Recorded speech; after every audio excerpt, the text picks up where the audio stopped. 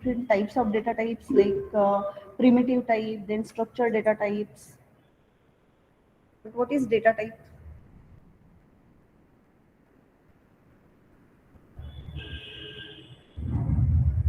We define variables along with its type. For example, int a, float b, char c, like this. So what that int, float, char specifies? Which information you get from that data type. If you know that this variable is of type integer.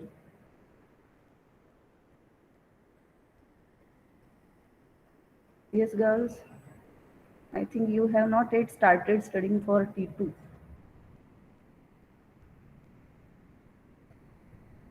Ma'am, can you repeat the question? What is meaning of data type? When we specify a variable along with its type, which information you can retrieve from that? For example, if I define int a, I know that this variable a is of type integer. That means what extra information that data type is giving to you? What How is much meaning? memory is being Memory allocated? allocation, how much memory is allocated to it, which type of operations you can carry out on a operations, its representation, memory allocation, implementation, right? And what is type checking? Sometimes you get the error incompatible type, right? We cannot perform operation on strings and integers because these types are incompatible.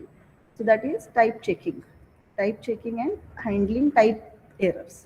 So we'll see how compiler handles, how compiler do type checking and handle this type errors. So type here means data types. Huh? This type in these slides refer to data type. So type extends from values to expression. We assign type to values. We assign type to values. For example, int a is a value. Its type is int. But if I'm using an expression, what is expression? Right hand side of assignment operator. So suppose my expression is a plus b. So what is type of that expression? Type of a is integer, type of b is integer, then a plus b, type of this expression should be integer. So what we are doing is we are extending type which is assigned to that value to expression. Type extends from values to expression. The type of an expression is right hand side of your assignment statement, which contains operands and operator. So x plus y can be inferred from type of x and type of y. If type of x is integer, type of y is integer, then x plus y, this expression, type of this expression will be integer. But if x is float, y is integer, what will be the type of x plus y? Who is going to decide whether this type should be integer or float, or whether this operation is allowed or not? Can we add float to integer? No, ma'am.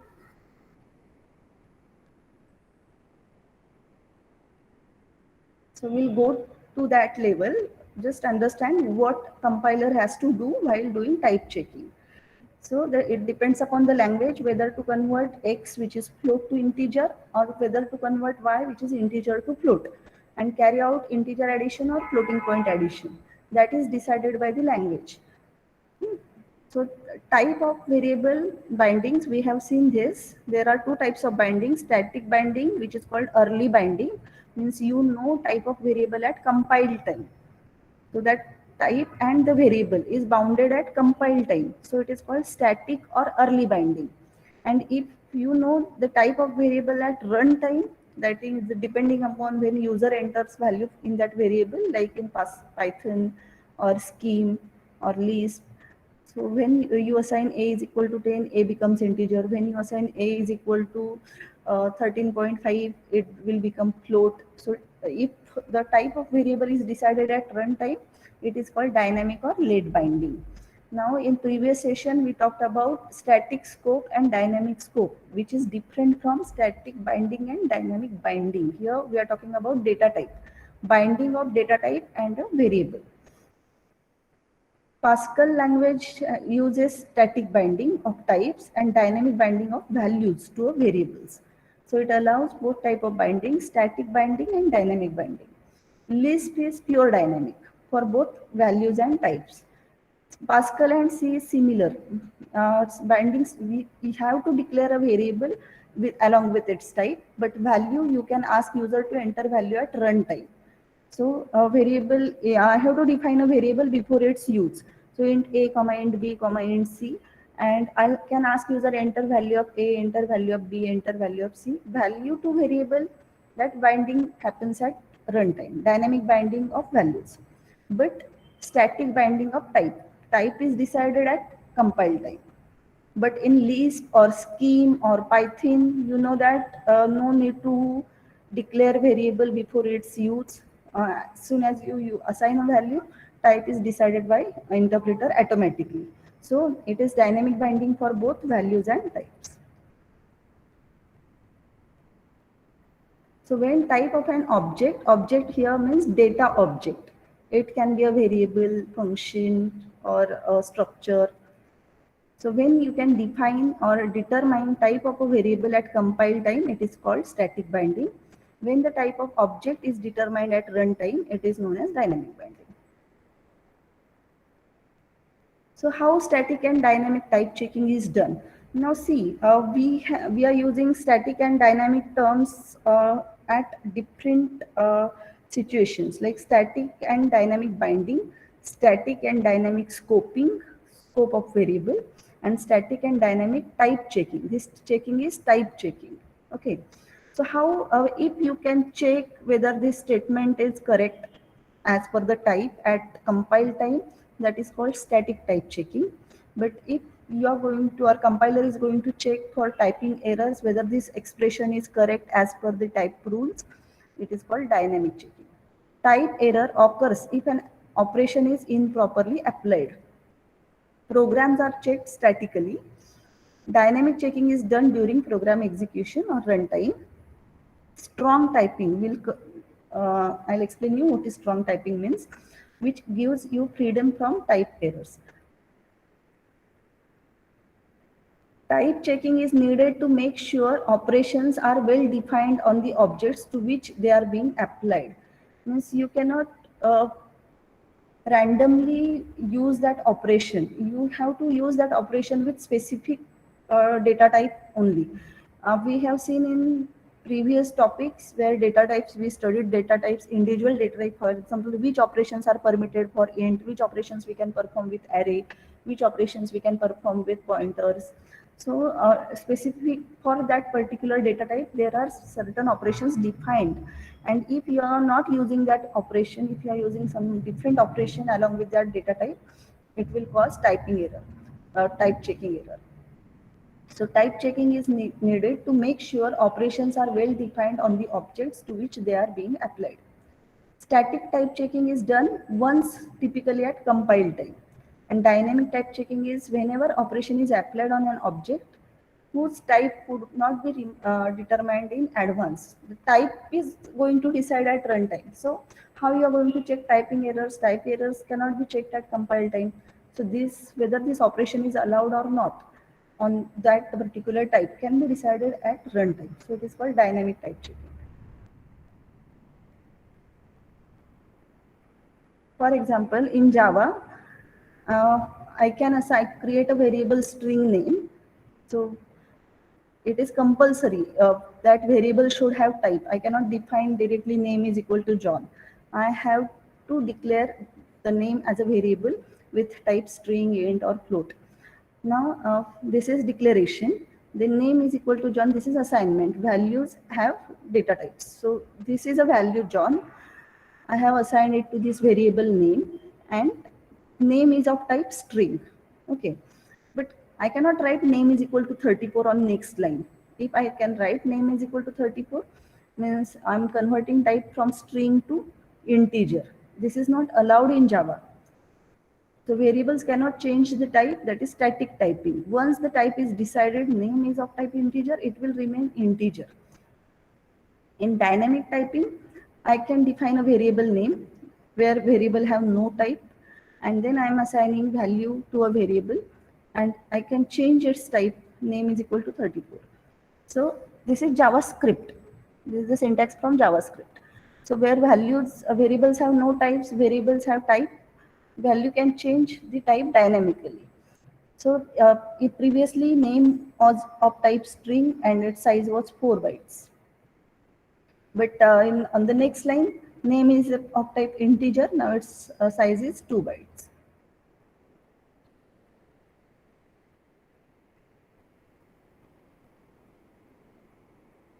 So in such type of variables or operations, the compiler can check at compile time. So it is called static typing. And dynamic typing, such type of operations, the type of this variable is decided on right hand side value, the value user is going to assign. So this checking is done at runtime. So it is called dynamic typing.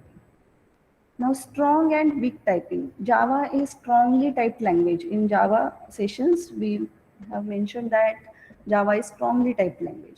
But C, C++ are weakly typed language because type conversion in C and C++ is easy done by compiler automatically.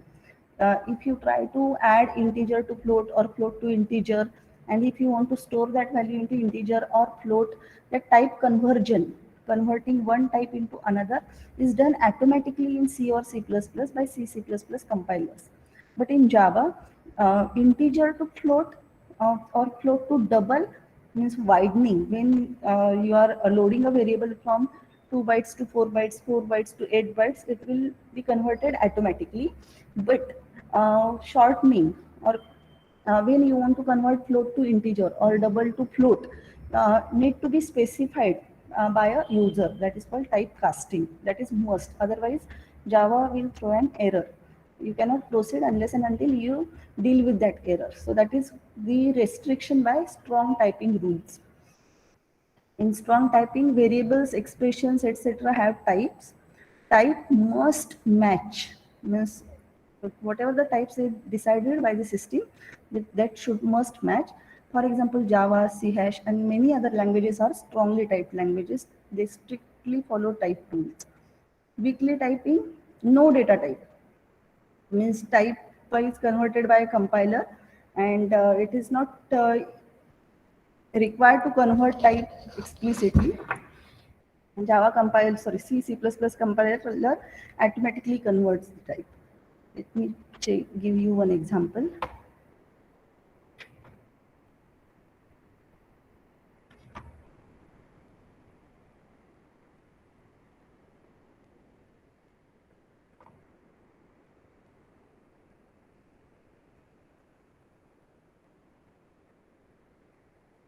JDB compiler is visible. Yes, ma'am. Integer a is equal to 10. Float b is equal to 20.15.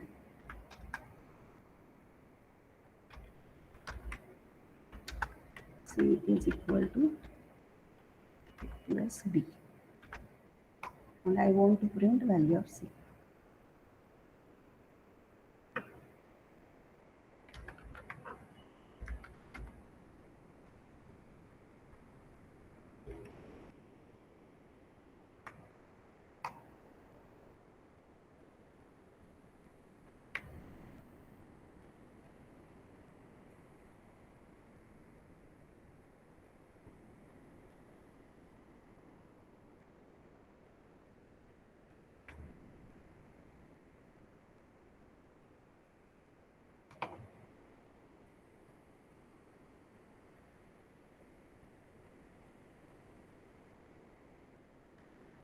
What it has done? C is 30. How?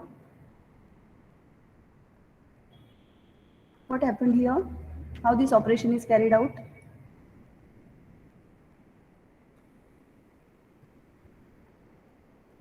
Can you see this result? C is 30.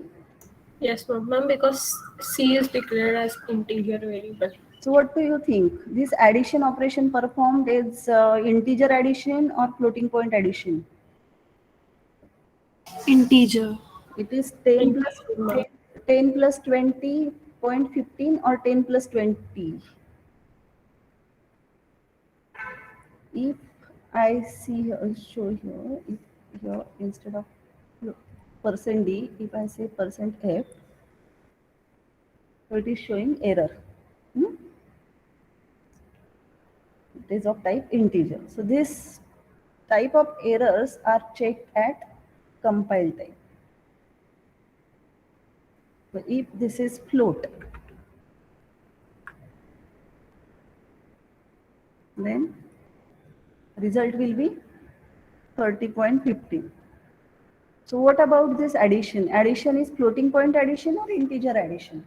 Forget about left hand side, whether C is integer or float. What about right hand side? So in C language, if one variable is integer, one is float, it C automatically converts integer to float. So this 10 is converted to 10.0, and then floating point addition will be carried out. 10.0 plus 20.15, so answer is 30.15. Now if you want to put this 30.15 into C, if C is integer, it will shorten it. So 30.15 is converted to integer, so it will be 30 if this data type of C is integer. And if the data type of C is float, it will keep that value as it is. So two things are happening here. A is converted to float, and this result float is converted back to integer. And this is done without, as a programmer, I didn't know how it is happened. Without knowing the programmer, compiler has done this automatically. But suppose instead of C, if I change this language to Java,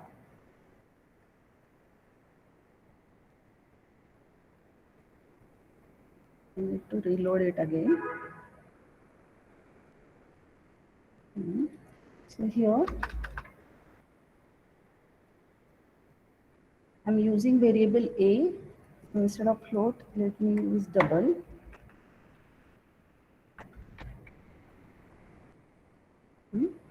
And integer c. If I try to add a plus b, and instead of printf, I need system.out.println.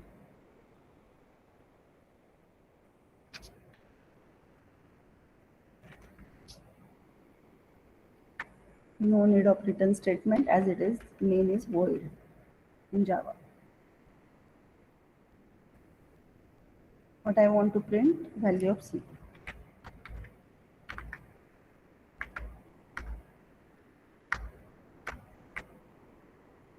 What do you think? What will happen? What it will print, 30.15 or 30?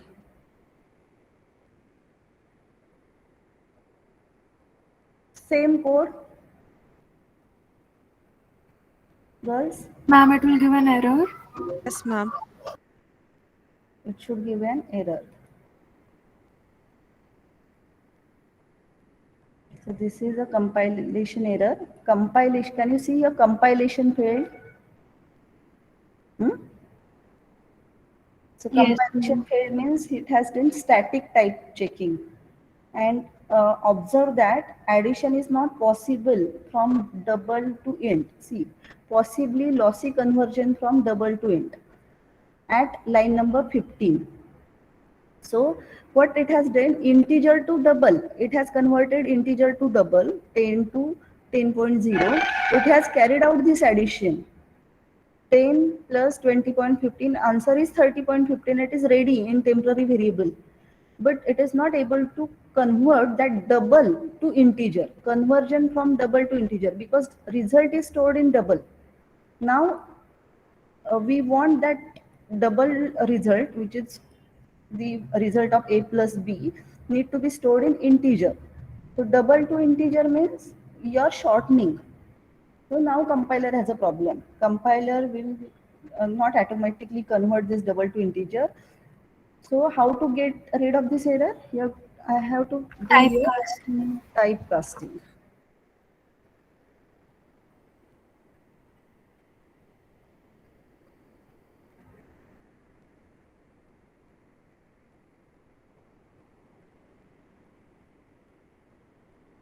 I have to do this with carry out a plus b, and then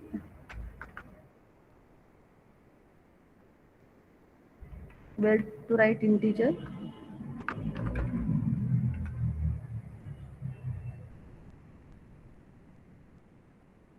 this result is double, then I want to convert it to integer.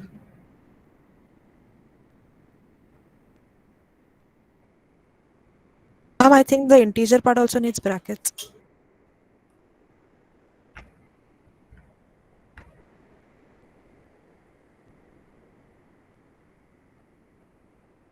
Now it has converted 30.15 into 30.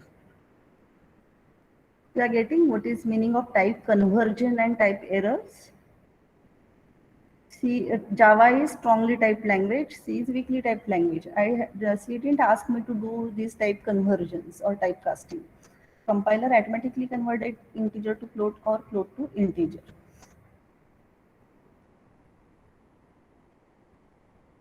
So when strong typing was introduced, this strong typing was introduced in late 60s, means near to 70s. So programmer used to say strong typing is for programmers with weak minds. So why it is so? Because a programmer should be able to remember the types of variables, memory locations himself.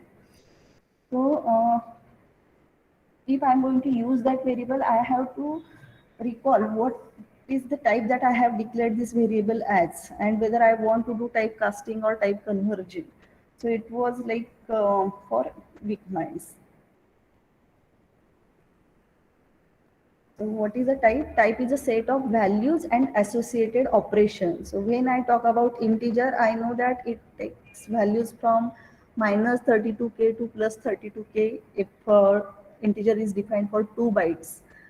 And or if it is unsigned integer 0 to 64k, that is set of values, maximum values that you can assign with that particular data type. If it is byte 0 to 55, and associated operations, which operations are allowed using that particular data type.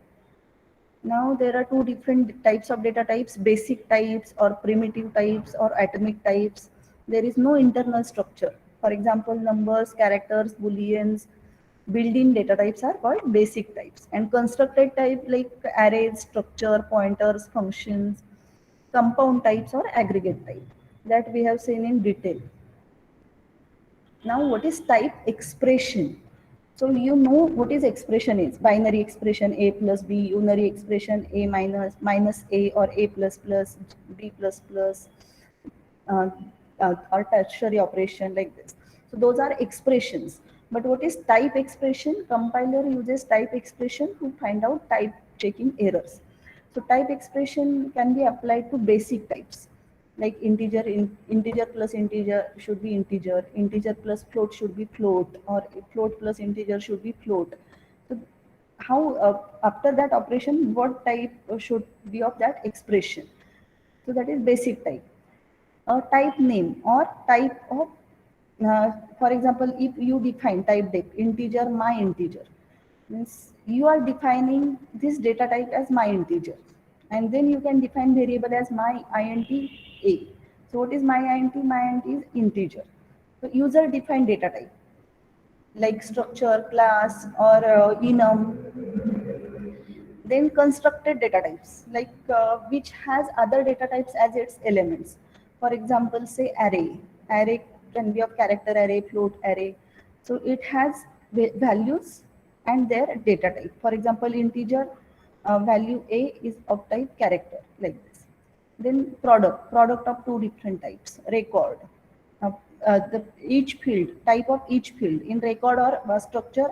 For example, roll number is of type integer, name is of type character, character string, or percentage is of type float. So record type of each field. Then pointer for every specific data type. If I want the pointer should point to integer variable, that I have to declare integer pointer. If I want a pointer should point to float, I have to declare floating point pointer. So pointer is also, data type is pointer for integer. T stands for basic data types like int, char, float. And functions can take t1, t2, t3. These are types of parameters that we pass, or arguments that we pass to that function. And this arrow and this t is for return type. If a function is returning int, then this t means int. So how to declare a type expression? For example, if function is taking character, two characters, variables, and returning a pointer, integer pointer. So you can write this expression as a tree. It's taking character, and returning pointer, integer. Or suppose in Pascal you have defined this array 100 of character pointers. So you can write an expression like size of array is 100, but what is data type? Its data type is pointer, and that pointer is pointing to character. So it is a character array, a pointer array which is pointing to character data type and whose size is 100 bytes. So the collectively this system is called type system. So type system is a collection of types plus a collection of rules for assigning type expression to various parts of a program. So what is the need of type system? Ensuring runtime safety. The program should not give some different result. What you are expecting, for example, let me show you this code again.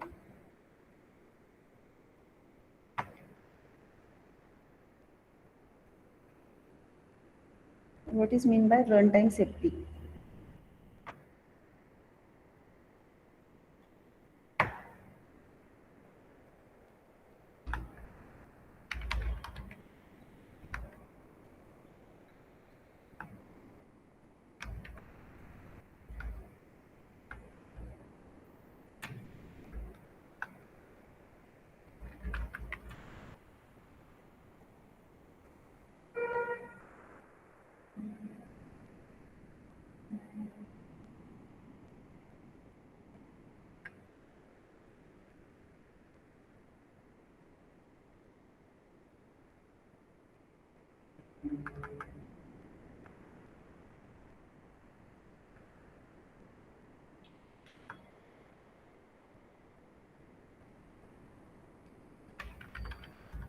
What should be the result?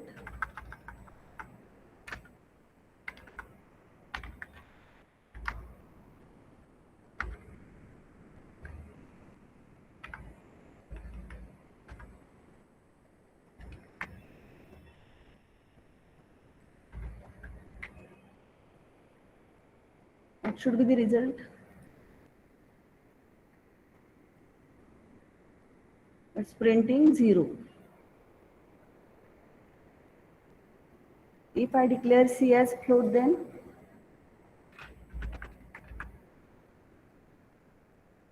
what will be the value? 0.5. 0.5. It should be 0.5, right? But still it is printing 0.000. Tell me why. I know that 5 divided by 10 is 1. A and B are integers. Integers. Yes. We know that 1 by 2 is 0.5. I'm expecting here value C, as I have declared it as float. It should store 0.5. But this division is carrying out by integer division.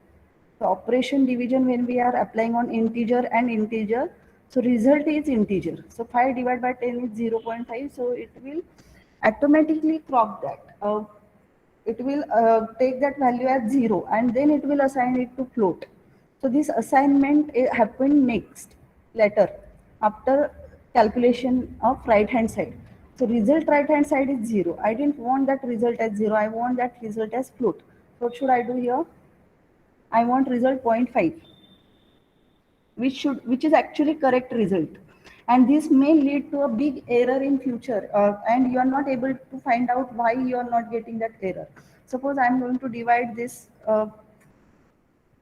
In next line, I'm going to use this value C for a expression. So that expression will result into 0 because I'm multiplying that result with a small c. Otherwise, I should have get some integer or float value. So it may result into some different error, and this is the runtime error because of these values. So how to convert this to float?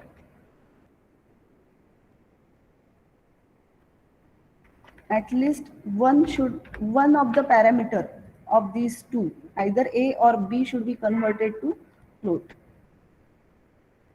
So now you can see the result is 0.5.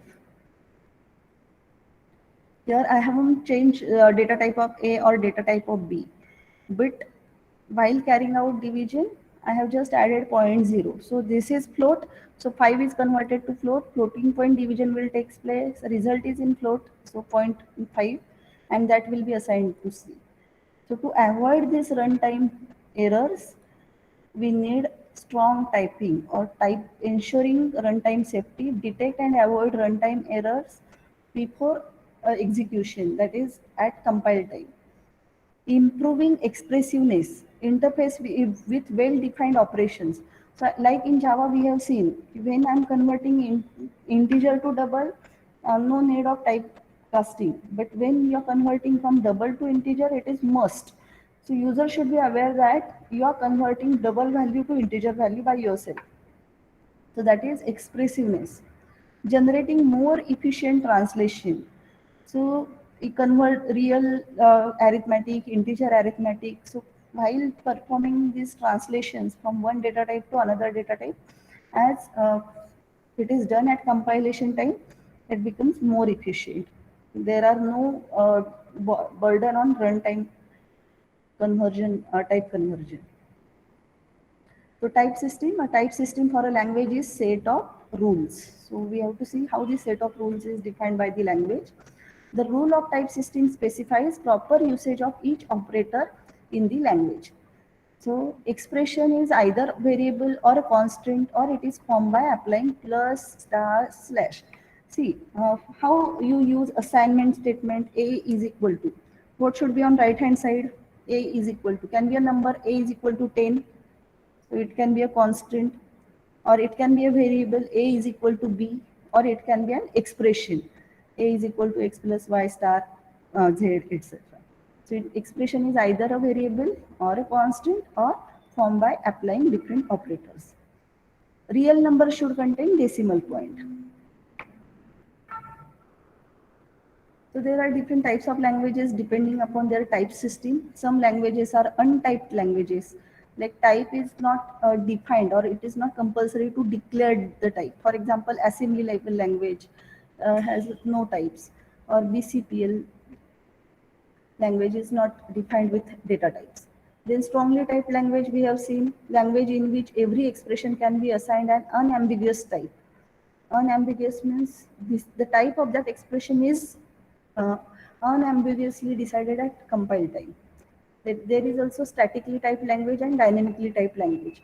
It is not compulsory that all strongly typed languages are statically typed. So there is a statically typed language which is called ML. Every expression can be typed at compile time. There is a dynamically typed language. Some expressions can only be typed at runtime. For example, Lisp, Scheme, Java. Weakly typed language can also be statically or dynamically typed. How to do type checking? So we know that what is type system. Type system decides the rules, and to apply these rules and check whether this operation can be performed or not is called type checking. So what is the job of type checker? It has to enforce type rules. So typing can be static or dynamic. Language can be strongly typed or weakly typed. But applying these rules and checking whether this operation is allowed or not is called type checking. Static type checking, it happens at compile time. So early detection of type errors, if any, it is not always possible. For example, A of I. So you just say X is equal to A of I, but A is of type, uh, suppose A is an array of type integer. So A of I should be integer. So sometimes it is not possible if you are using arrays or structures. So it contains another data type as its elements. Dynamic type checking, it is performed at runtime. Advantage of dynamic type checking is it is more flexible, but disadvantage is runtime overhead. Type checking should be done at runtime. While program is executing, first you have to check whether this operation is possible or not. If it is possible, then do that operation. Rules of type checking. Rules in type system are based on different properties. So when a function from set A and set B is applied to elements of A, the result of element B. It is a normal function. In discrete maths, you studied domain and range, right? So suppose set A is domain and set, I'll use board.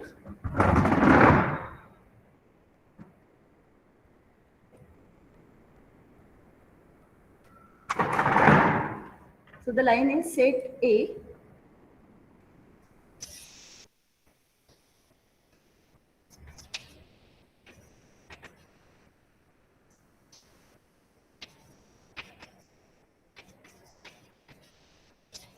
Set A is domain and set B is range.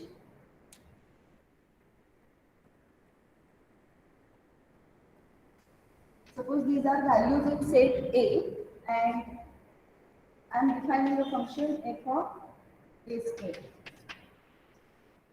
149.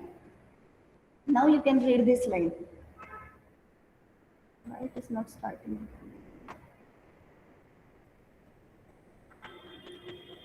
So set A to set B, then a function from set A to set B is applied to an element of set A. Here function is suppose square. I am applying it on members or elements of set A, that is 1, 2, 3. I am getting the result or elements as result is an element of set B. So this is a function. Same thing, I have to apply type rules for each and every element of that particular data type with another data type. If I am comparing two arrays or two structures, so for every element we have to apply that rule.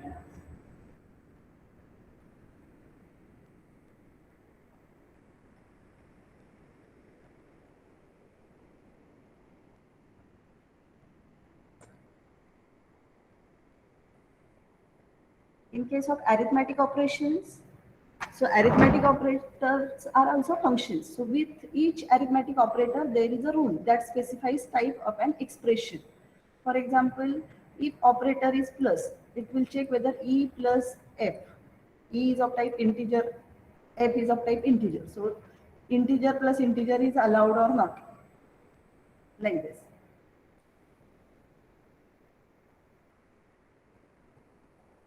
So for every operator, there are the rules specified by the system. Here I am taking one sample simple language rules. We have seen context-free grammar. This is a context-free grammar. Try to understand this grammar first, then I'll explain you the rules.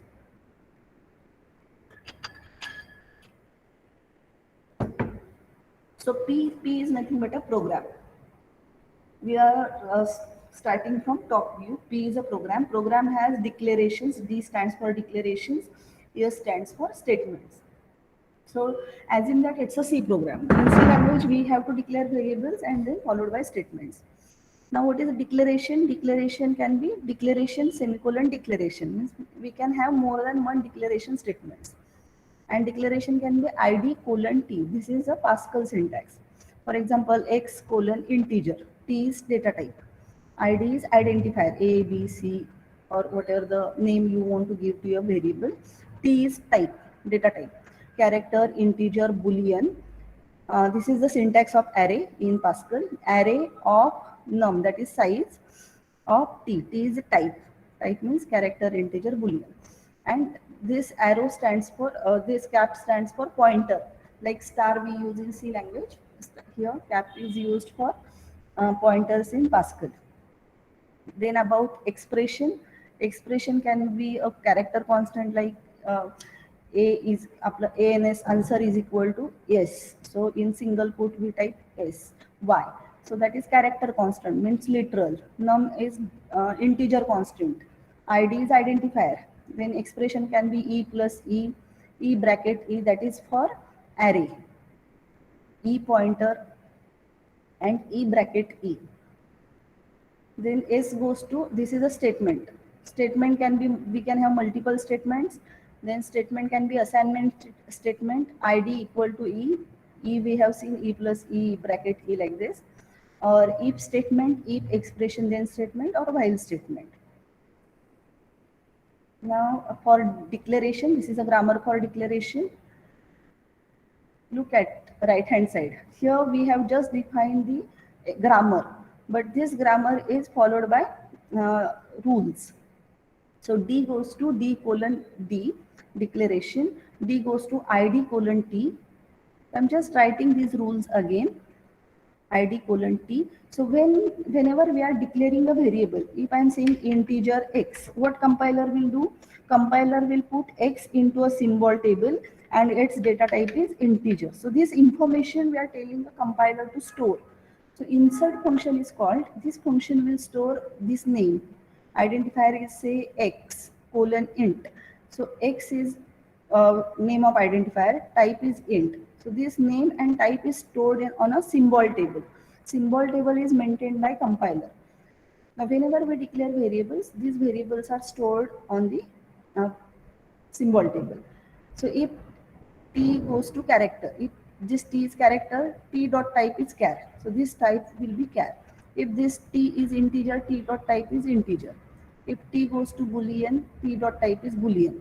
If it is array, you have seen here, T can be array num of T. So what we have to store the type? So array num of T, T is T1. Why we are saying T1? Just to differentiate between this T and this T. So we have to find out what is type of this A of statement. So the type of T is array, but its element are of type T1 and num is size. So here we are storing three terms.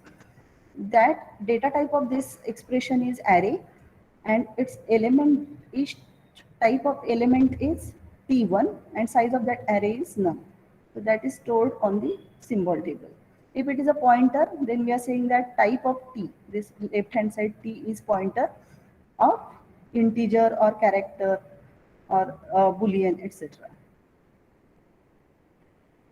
E expression, now for this expression we are writing the types. If expression is literal as I told you, ANS is equal to in single quotes Y or single quotes num, so that is character constant. So type of this expression is char. If it num is integer constant, then E dot type is integer. And if you are saying E goes to ID, expression is goes to ID. So here we are using that variable. A is equal, if X is equal to A. On right hand side, I am using value A. A is on right hand side. So I want its value or its type. So here A is already stored in the symbol table. So lookup is, I have to retrieve that information, retrieve that ID name and it will return its type. So I have to pass this ID name to lookup function. It will search a symbol table and return its type. So type of this expression is whatever the type of ID is. If I'm assigning X is equal to A and type of A is integer, type of X will be integer like this. Then if E1 bracket E2. So E1 bracket E2 is A of something, A of 1 or A of 10. So you should know that type of A should be array. So E1 must be an array of some type T and E2 must be integer. In bracket what we want? Index, and that index should be integer. So type of E2 is integer. Then type of this expression is T because this array is of type T. So A of 10. So what we want? A of 10 means value at location 10. So this expression A of 10. So A is an array of integer and we want to assign this value to X. But what is type of A of 10? So compiler will check A should be declared as an array, meaning A of size 20 suppose. And each element, type of each element should be integer. So this value 10 is of type integer. Type of this is array. So it will return integer. A of 10 will return integer. So type of this X is integer.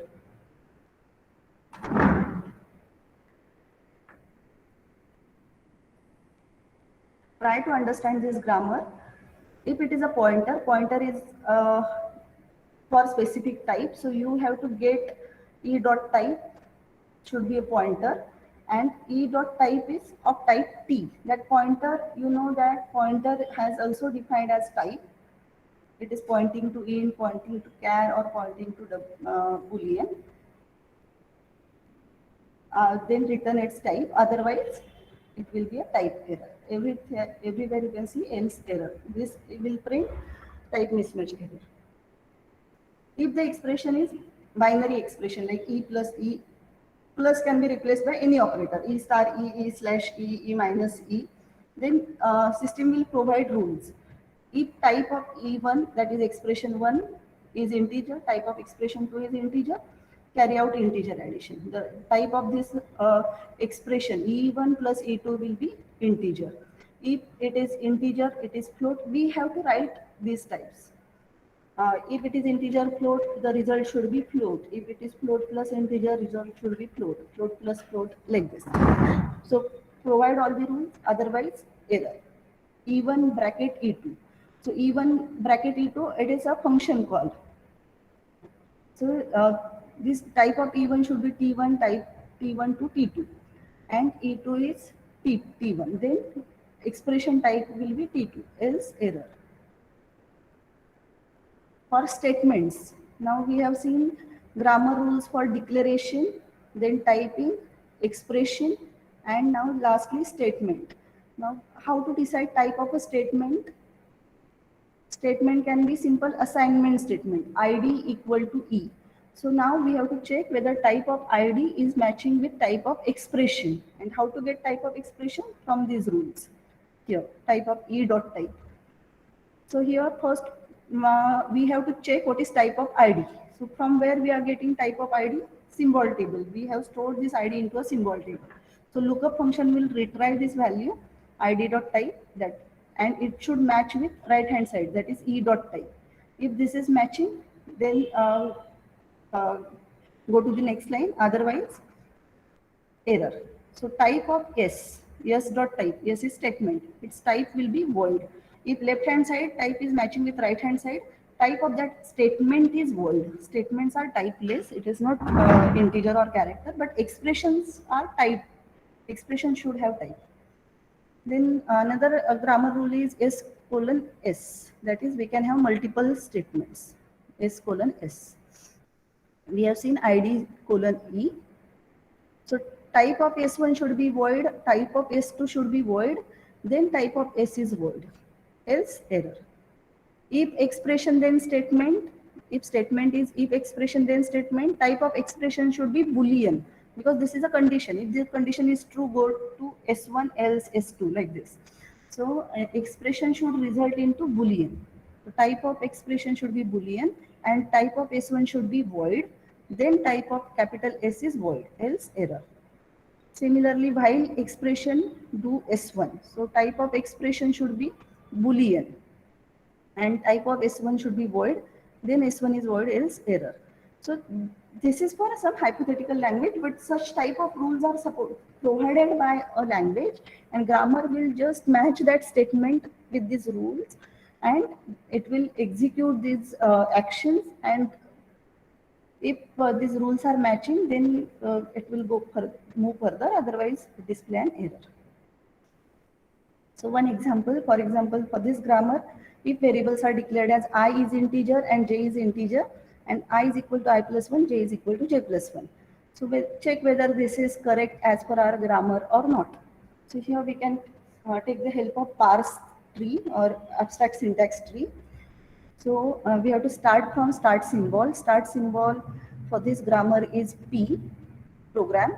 Program, you know, it is going for declaration colon semicolon statement. So P D semicolon statement. Then declaration is declaration colon declaration. Declaration is ID colon T. Here T is integer. ID is I colon integer. And then semicolon. So this is a semicolon. So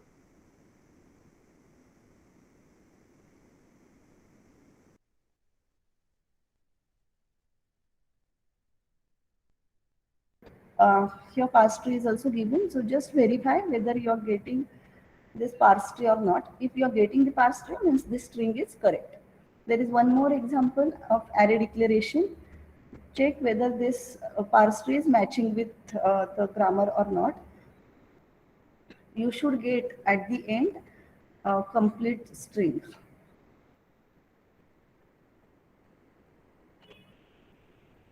So it is id colon expression.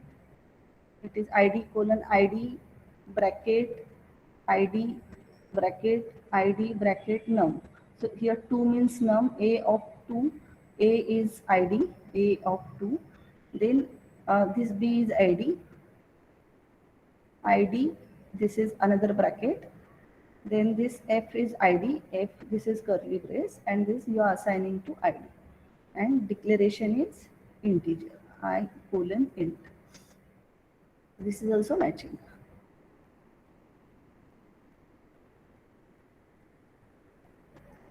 So basic rules of type checking, there are 3 different rules: overloading, that is multiple meanings; coercion, implicit type conversion; and polymorphism, parameterized type.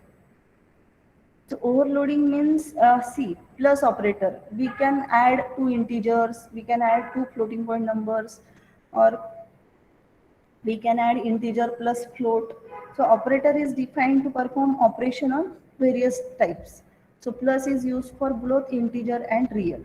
So it has 2 possible data types. It can perform on integer as well as real. So this is called overloading. If it is performing on real numbers, this addition is real addition or floating point addition. If it is performing on integer, that is integer addition. Thus, I'm just going to take 5 extra minutes. So here sum is declared as integer, sorry, float. Some variable is declared as float, a is integer, and I am saying sum is equal to sum plus equal to a. What does that mean? Sum is equal to sum plus a. So what will happen here? Will it automatically convert it, or it will show an error? What will be the result? 123 plus 0, it will assign 123 or it will assign 0?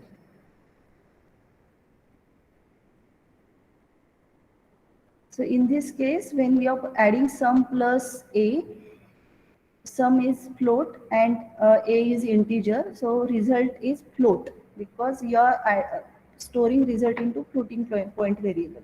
But here you are saying a is equal to a plus sum. So you are converting floating point value back to integer. So that is explicit conversion, that is implicit conversion. So type conversion is mainly changing one type into another. If it is explicit, you are writing it, our user is providing explicit conversion, that is called typecasting. And if it is happening automatically, it is called implicit conversion, which is done by the system. It is called coercion. So coercion is related to situation where no information lost in principle in many languages. Like Java also allows coercion. Java also converts integer to double automatically, integer to float automatically, integer to real, character to integer, or short to int, or byte to int. It is coercion, where information is there is no lost in the information. But casting should be under user indications. Some casts are not allowed. It is not allowed to convert a string to float. Try to convert string to float, you will get an error. Implicit conversion is done automatically. So you can just go through these slides. 2 into 3.14. As we have seen, division of 5 divided by 10. It has converted it to float, point, not 5, 0.5. So that is integer is converted to float automatically. 2 different types, polymorphic type, monomorphic versus polymorphic. As you have studied polymorphism in Java, similar concept is applied in type checking rules. Polymorphic means that particular data type can take many forms, and monomorphic means once a data type is assigned to a variable, it will not going to change.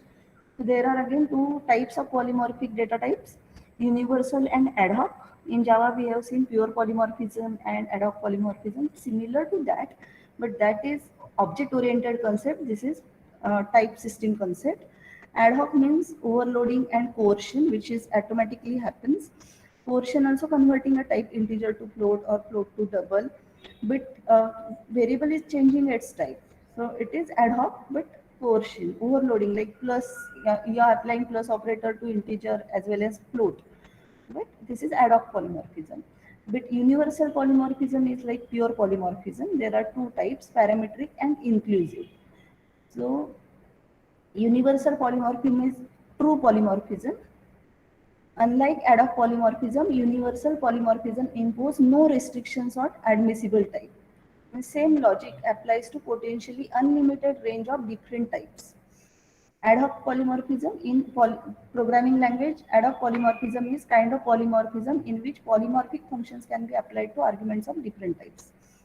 So parametric polymorphism is called early binding. For example, suppose we define append function. You have studied append function in Python language. You can append a list with another list, or you can append a list with a integer, character, float. So append function is defined for any type, whatever you want. It can append list of integers, real numbers, strings. It can append list of list. So parametric polymorphism. There are many ways to use same piece of code for different data types.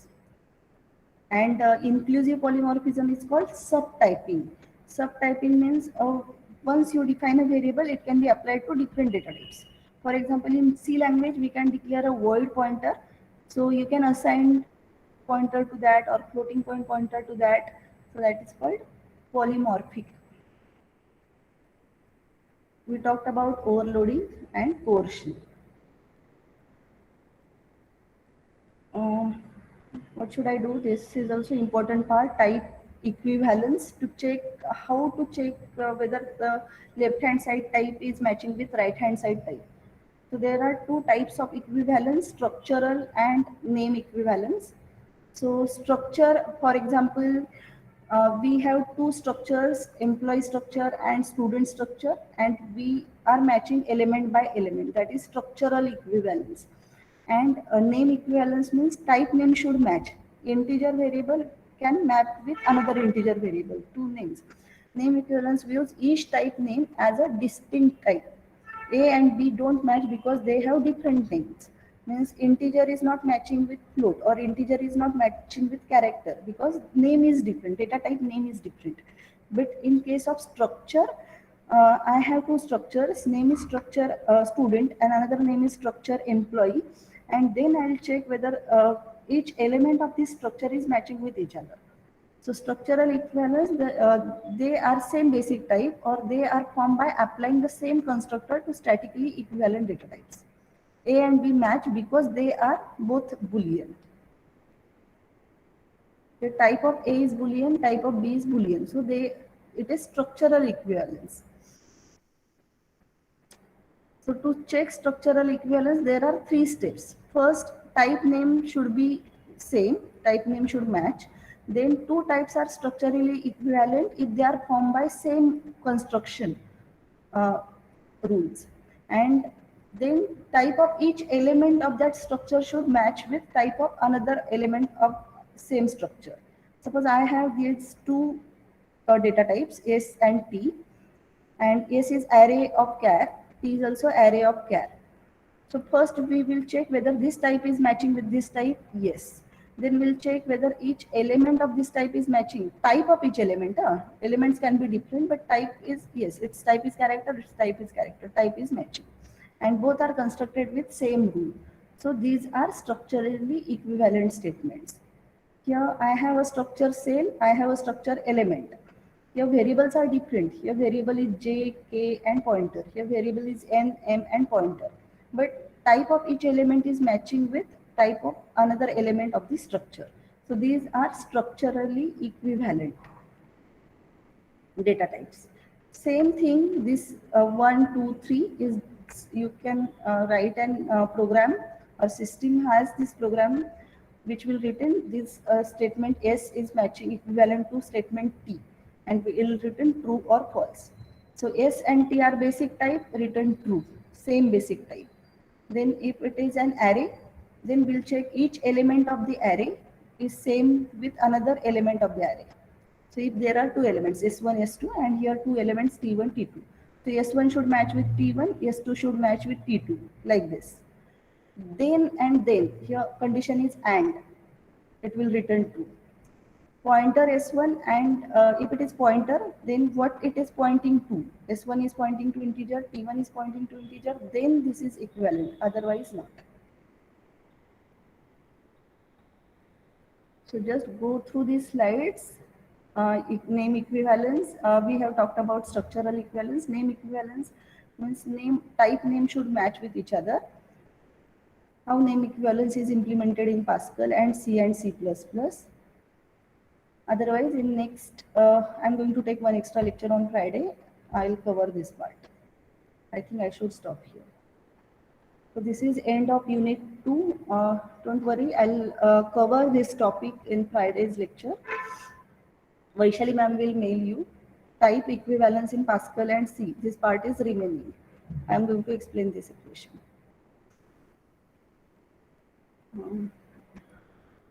Password is casting.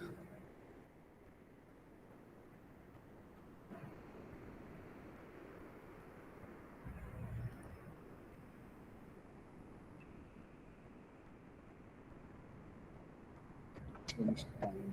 Ma'am, can you please repeat the password? Wait a minute, I have to change timing. I extended the session. No?